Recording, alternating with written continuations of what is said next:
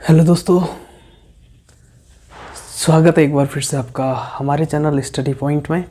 तो दोस्तों, आपके लिए जैसे कि आपने थंबनेल देखा होगा कि उत्तराखंड का इतिहास, परमार राजवंश इन वन शॉट। तो एक वीडियो में हम इसे कवर करने की कोशिश करेंगे, और यदि एक वीडियो में ये कवर नहीं होता है तो हम दूसरी वीडियो भी आपके लिए लेके आएंगे। तो फिर पहले कोशिश करते हैं एक वीडियो में ये ख़त्म हो जाए, नहीं तो 2 वीडियो में ये डेफिनेटली ख़त्म हो जाएगा। ठीक, अब देखते हैं कि परमार वंश की सबसे पहले शुरुआत हुई, और लास्ट में हम पहले बात करेंगे 888 ईस्वी से लेकर के 1804 ईस्वी तक। उसके बाद यहाँ पर गोरखा आते हैं, फिर अंग्रेज आते हैं, फिर हम दूसरा लेकर चलेंगे 1815 से और 1 अगस्त 1949 तक। ठीक है, पहला 888 से 1804 और दूसरा 1815 से 1 अगस्त 1949 तक। ठीक है, तो हम डिटेल में एक एक करके इनको तैयार करते हैं। तो सबसे पहले हम बात करते हैं कनकपाल, जो कि प्रथम राजा हुए। हम ये बात नहीं करेंगे जैसे कि बुकों में लिखा गया है कि उनकी शादी किससे हुई, फिर उनके ससुर ने उनको यहाँ पर कुछ ज़मीन दान की, एक क्षेत्र दान किया। ठीक है, उसके बाद वो यहाँ के राजा बने। तो हम ये बात नहीं करते हैं, सीधे शुरू करते हैं कनकपाल। और इनका शासनकाल रहा 888 से 897, या कहीं कहीं लिखा गया है 907 ईस्वी। इन्होंने 9 साल या 19 साल यहाँ पर शासन किया। तो सिर्फ आपको यहाँ पर याद रखना है 888 ईस्वी। ठीक, अब बात करते हैं इनके बारे में क्या क्या महत्वपूर्ण है। तो सबसे पहला यहाँ पर महत्वपूर्ण है कि ये प्रथम शासक थे, परमार वंश के या पंवार वंश के प्रथम शासक थे। दूसरा पॉइंट यहाँ पर आता है कि जो राजा कनकपाल होते हैं, इन्होंने ये पहले ऐसे राजा थे, क्योंकि परमार वंश के ही पहले राजा थे, और पहले ऐसे राजा थे जिन्होंने चांदपुर गढ़ी को केंद्र मानकर शासन किया, या हम कह सकते हैं इनकी राजधानी क्या थी, चांदपुर गढ़ी थी। इसके बाद हम बात करेंगे कैसे राजधानी का यहाँ से परिवर्तन होता है। ठीक है, और अन्य राजाओं के बारे में हम यहाँ पर बात करेंगे। सबसे पहले हम चांदपुर गढ़ी राजधानी। ठीक, अब इनका नाम था कनकपाल। तो इन्होंने क्या किया, अपने नाम से यहाँ पर एक दुर्ग बनाया, और उस दुर्ग का नाम था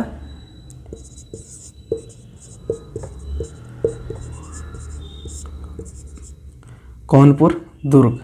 ठीक है, या कौनपुर गढ़ हम इसे बोल सकते हैं।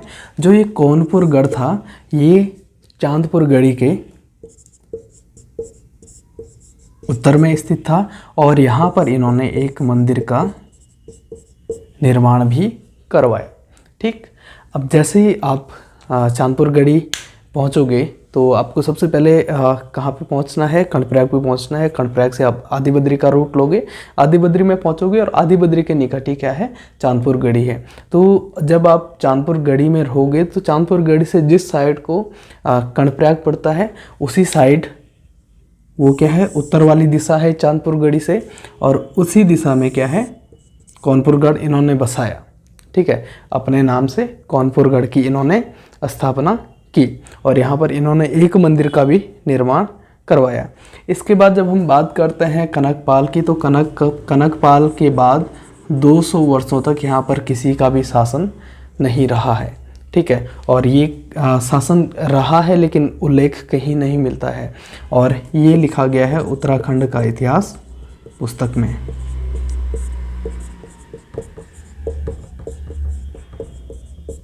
उत्तराखंड का इतिहास पुस्तक में, जो पुस्तक लिखी है हरिकृष्ण रतूड़ी ने। यहाँ से क्वेश्चन पूछा जाता है, उत्तराखंड का इतिहास पुस्तक किसने लिखी है, तो ये लिखी है हरिकृष्ण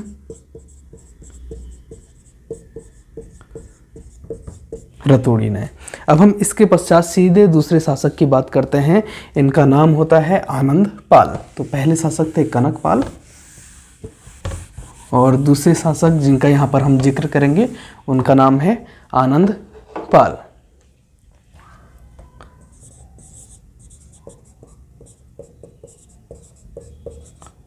अब आनंदपाल क्यों यहाँ पर प्रसिद्ध हैं?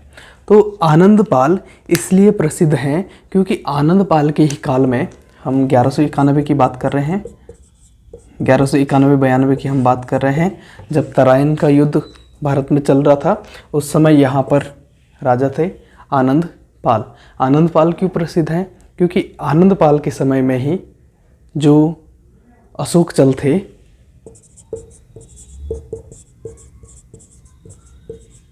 अशोक चल, इन्होंने उत्तराखंड पर आक्रमण किया था और उत्तराखंड क्षेत्र को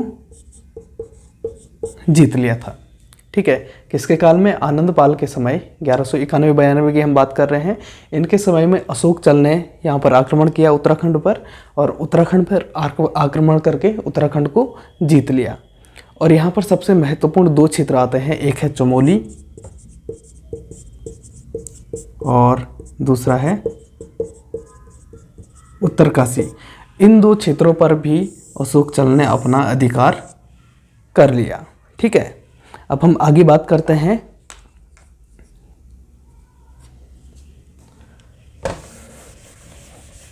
अब जब यहाँ पर अशोक चल आक्रमण करता है तो अशोक चल के डर से जो आनंदपाल है वो अपनी राजधानी को यहाँ से स्थानांतरित कर देता है। ठीक है, अशोक चल आक्रमण करता है तो ये डर जाता है, तो इसके डर से ये अपनी राजधानी को स्थानांतरित करता है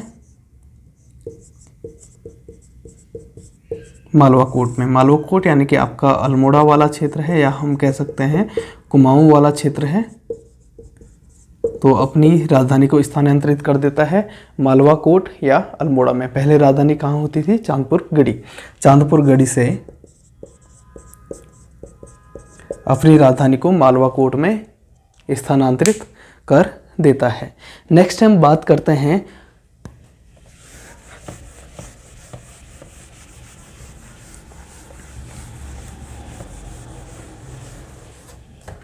नेक्स्ट राजा जो थे, हम बात करते हैं उनकी। उनका नाम था सोनपाल।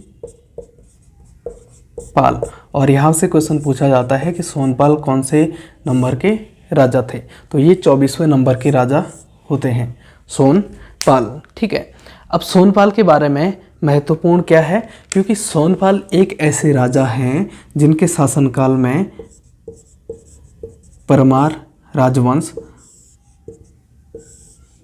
2 भागों में विभक्त हो गया। ठीक है, तो 2 भाग कौन कौन से? एक जो भाग था उसकी राजधानी थी चांदपुर गढ़ी, और जो दूसरा भाग था उसकी राजधानी था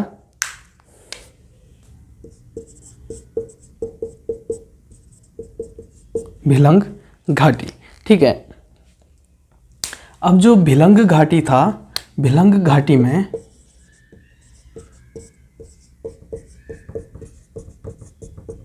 खस राजाओं का शासन था। ठीक है, भिलंग घाटी में खस राजाओं का शासन था, और सोनपाल क्या करता है? इस भिलंग घाटी पर आक्रमण कर देता है। सोनपाल जब भिलंग घाटी पर आक्रमण करता है तो भिलंग घाटी के खस राजाओं को हरा देता है, और इसलिए कहा जाता है कि जो सोनपाल है वो भिलंग घाटी का प्रथम, भिलंग घाटी का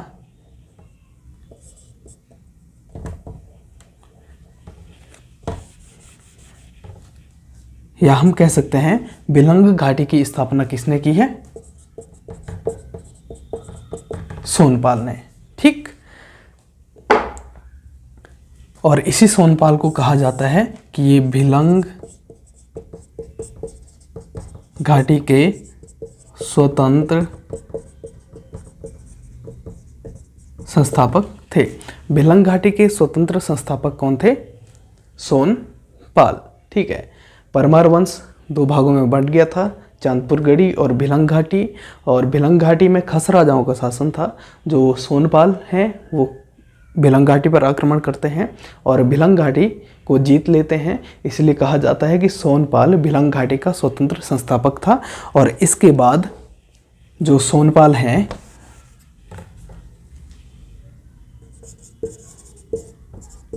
लखनदेव को यहाँ की सत्ता सौंप देते हैं भिलंग घाटी की। ठीक है, तो भिलंग घाटी पर आक्रमण करता है सोनपाल और इसको जीत लेता है, इसीलिए सोनपाल को कहा जाता है भिलंग घाटी का स्वतंत्र संस्थापक। ठीक है, और जब भिलंग घाटी को जीत लेता है तो ये किसको सौंप देता है, लखनदेव को, और लखनदेव को यहाँ पर सत्ता सौंपी जाती है, इसलिए लखनदेव को कहा जाता है कि ये भिलंग घाटी के प्रथम स्वतंत्र शासक थे। इन्होंने भिलंग घाटी को जीता, इसलिए इनको कहा जाता है स्वतंत्र संस्थापक सोनपाल को, और लखनदेव प्रथम यहाँ के राजा थे, क्योंकि जो सोनपाल है, सोनपाल ने लखनदेव को यहाँ की सत्ता सौंपी थी, इसीलिए लखनदेव को कहा जाता है ये यहाँ के प्रथम स्वतंत्र शासक थे। तो इनके बारे में इससे ज़्यादा यहाँ पर पढ़ने के लिए नहीं है। नेक्स्ट हम आगे चलते हैं।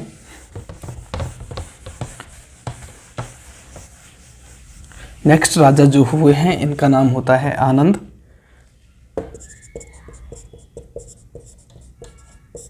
पाल। ठीक, नेक्स्ट राजा जो हुए हैं इनका नाम होता है आनंद पाल, और इनके बारे में हम पढ़ते हैं। जो इन्होंने शासन किया था 1313 ईस्वी से इनका शासनकाल हमें मिलता है। और ये क्यों प्रसिद्ध हैं, क्योंकि आपको पता है कि ऊखी मठ के निकट एक स्थान आपको मिलता है जहाँ पर एक अभिलेख प्राप्त होता है। ऊखी मठ के निकट स्थान है धारसील, और आपको पता है धारसील में एक अभिलेख प्राप्त हुआ। कब प्राप्त हुआ था, 1994 ईस्वी में। क्वेश्चन यहाँ से पूछा जाता है कि धारसील अभिलेख कहाँ पाया गया था, तो ये पाया गया था ऊखी मठ के निकट। ऊखी मठ जो कि आपका रुद्रप्रयाग जिले में पड़ता है, ऊखी मठ यानी कि रुद्रप्रयाग जिले में ऊखी मठ के निकट धारसील नामक स्थान पर एक अभिलेख प्राप्त हुआ जिसको कहा जाता है धारसील अभिलेख। ठीक है, और ये किसका है, आनंद पाल का। ठीक है, अनंत पाल, ये अनंत पाल हैं। अनंत पाल का अभिलेख यानी कि धारसील का अभिलेख। ठीक है, अब इसके बारे में जो महत्वपूर्ण है कि इसी धारसील अभिलेख से पता चलता है कि जो परमार वंश के राजा थे उनकी राजधानी क्या थी, भिलंग घाटी भी इनकी राजधानी हुआ करती थी। नेक्स्ट हम बात करते हैं, आगे बढ़ते हैं। जो नेक्स्ट राजा यहाँ पर हुए थे उनका नाम था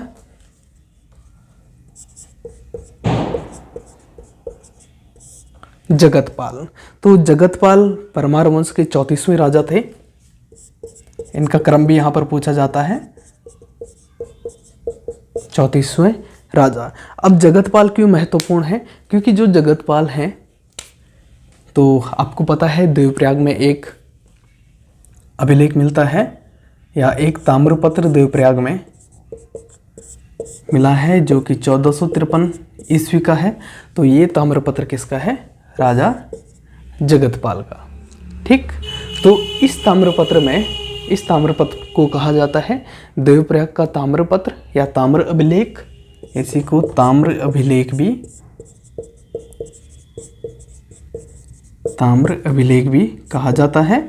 इस ताम्रपत्र को ताम्र अभिलेख भी कहा जाता है, और इस अभिलेख का जो काल माना जाता है ये 1453 ईस्वी को माना जाता है। ठीक है, अब हम बात करते हैं जो ये ताम्र अभिलेख है, इसमें राजा जगतपाल का भूमिदान उल्लेख है कि राजा जगतपाल ने जो देवप्रयाग मंदिर है इसके लिए भूमिदान किया था, तो इसका उल्लेख है इस ताम्रपत्र में। ठीक है, जगतपाल 34वें राजा 1453 में इन्होंने एक ताम्र अभिलेख बनाया। ठीक है, जो कि देवप्रयाग में है, अभी भी वहाँ पर है। तो इस ताम्रपत्र में किसका उल्लेख है, भूमिदान का उल्लेख। ठीक है, और यहाँ पर एक महत्वपूर्ण बात यह है कि इस ताम्रपत्र में या इस ताम्र अभिलेख में जो राजा जगतपाल हैं इन्होंने अपना नाम जगवार बताया है। ठीक है, इन्होंने अपना नाम यहाँ पर राजवार बताया है।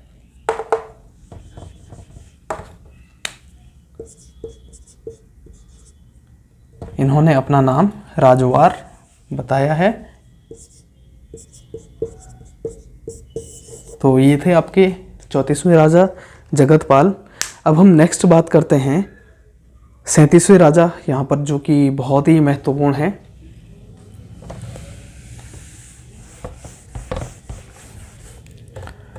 और इनका नाम है राजा अजयपाल, जहाँ से सबसे ज़्यादा क्वेश्चन पूछे जाते हैं। किस क्रम के ये राजा हैं? तो ये 37वें राजा हुए हैं परमार राजवंश के या पंवार राजवंश के। और अजयपाल क्यों यहाँ पर महत्वपूर्ण है? तो जो अजयपाल हैं इनके पिताजी का नाम था आनंदपाल द्वितीय।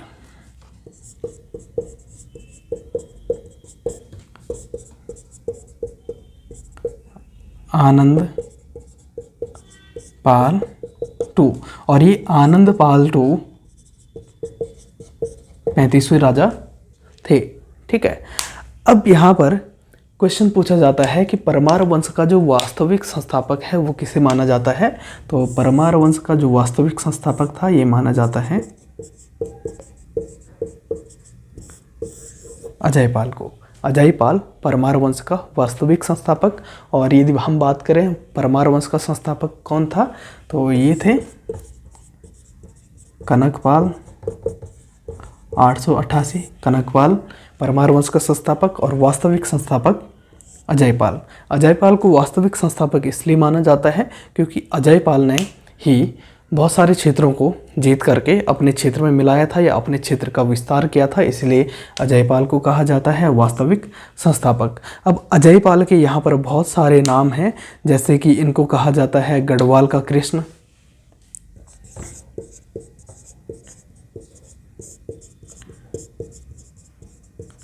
गढ़वाल का कृष्ण,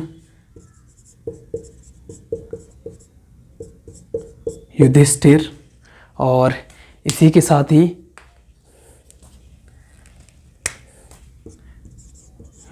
भीम, गढ़वाल का अशोक,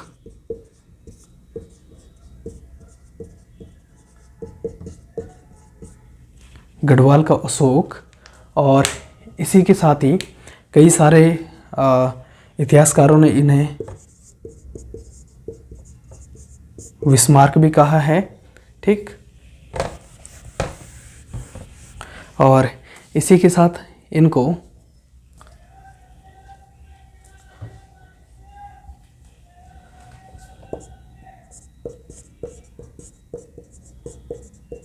नेपोलियन भी कहा जाता है। तो ये इनके प्रमुख नाम हैं। ठीक है, तो गढ़वाल का कृष्ण इन्हें कहा जाता है, युधिष्ठिर, भीम, गढ़वाल का अशोक, विस्मार्क और नेपोलियन भी इन्हें कहा जाता है। अब इनके बारे में आगे बात करते हैं। तो इनकी राजधानी की हम बात करें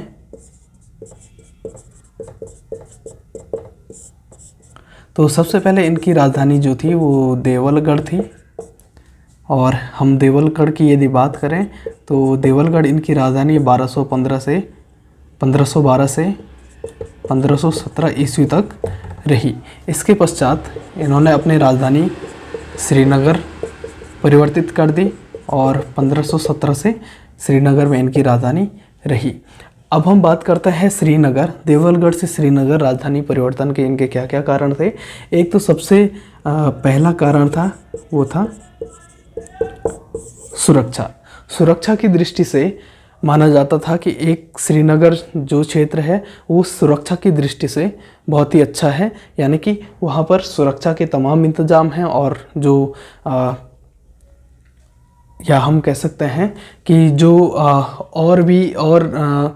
जो राजा हैं वो वहाँ पर आसानी से आक्रमण नहीं कर सकते हैं, इसीलिए सुरक्षा की दृष्टि से श्रीनगर अच्छा है और वहाँ पर राजधानी परिवर्तित कर ली। दूसरा यहाँ पर कारण माना जाता है कि जो परमार राजवंश है इनकी कुल देवी है राजराजेश्वरी।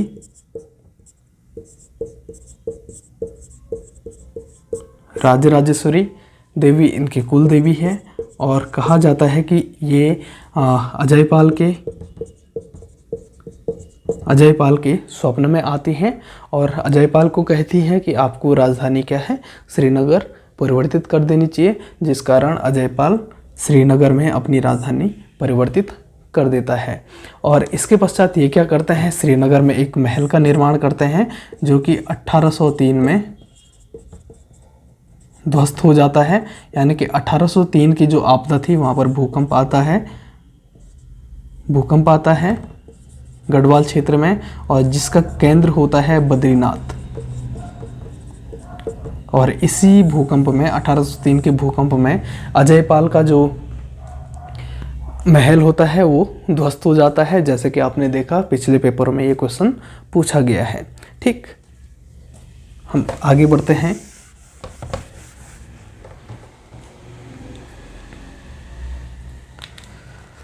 अब हम बात करते हैं जो अजयपाल हैं, अजयपाल किनके समकालीन थे।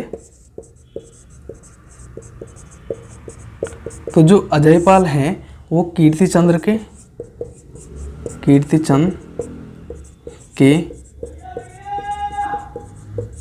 समकालीन थे। अजयपाल जो है वो कीर्तिचंद्र के समकालीन थे। अब हम बात करते हैं 1490 और 91 की। तो 1490-91 में जब अजयपाल की उम्र उतनी नहीं होती है, ये छोटे होते हैं, तो 1490 और 1491 के टाइम में जो राजा कीर्तिचंद हैं, जो अभी कुमाऊं में शासन कर रहे होते हैं, चंद्रवंश के शासक होते हैं, तो वो क्या करते हैं कि गढ़वाल क्षेत्र पर आक्रमण कर देते हैं। गढ़वाल क्षेत्र पर आक्रमण करते हैं क्योंकि इनकी उम्र उस समय कम रहती है, ये छोटे होते हैं, तो वो मौके का फ़ायदा उठाकर गढ़वाल क्षेत्र पर आक्रमण कर देते हैं और विजयी रहते हैं। तो 1490-91 में कीर्तिचंद का गढ़वाल पर आक्रमण होता है और विजयी रहते हैं। ठीक है, इसके पश्चात माना ही जाता है कि जो राजा अजयपाल होते हैं ये क्या करते हैं, जब 1490-91 में ये हार जाते हैं युद्ध को कीर्तिचंद से, तो ये 1 साल तक अपनी राजधानी में नहीं लौटते हैं और उन 1 सालों में ये अपनी सेना को मजबूत बनाने का प्रयास करते हैं या अपनी सेना को संगठित करने का प्रयास करते हैं। और पूरे 1 साल के बाद ये फिर से कीर्तिचंद पर आक्रमण करते हैं, यानी कि 1492 में ये कीर्तिचंद पर आक्रमण करते हैं। और इस समय अजयपाल इस युद्ध को जीत जाता है।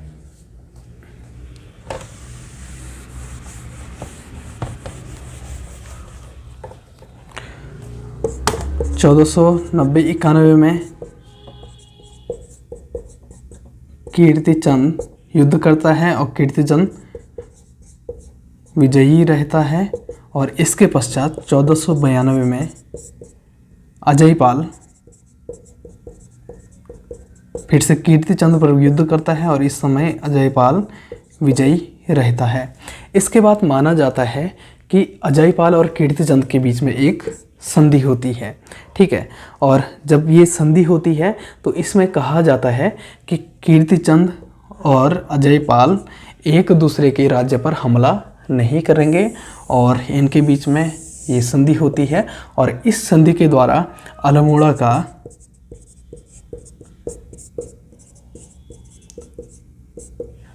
का देघात नामक स्थान होता है, तो इस स्थान को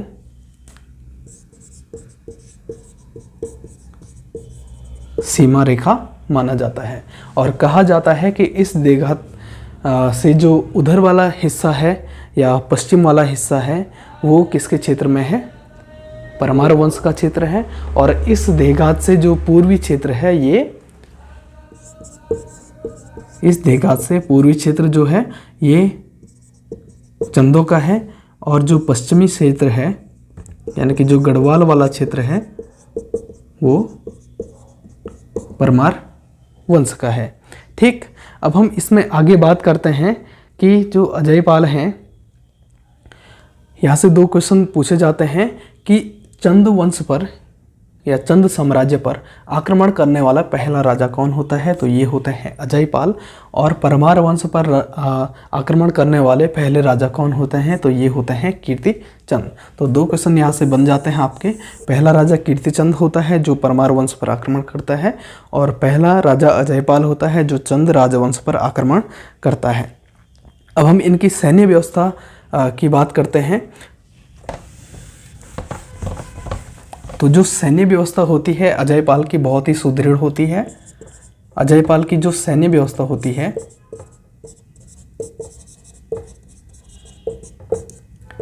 तो ये बहुत ही सुदृढ़ होती है। और अजयपाल पहले ऐसे परमार वंश के पहले ऐसे शासक होते हैं जो केंद्रीकृत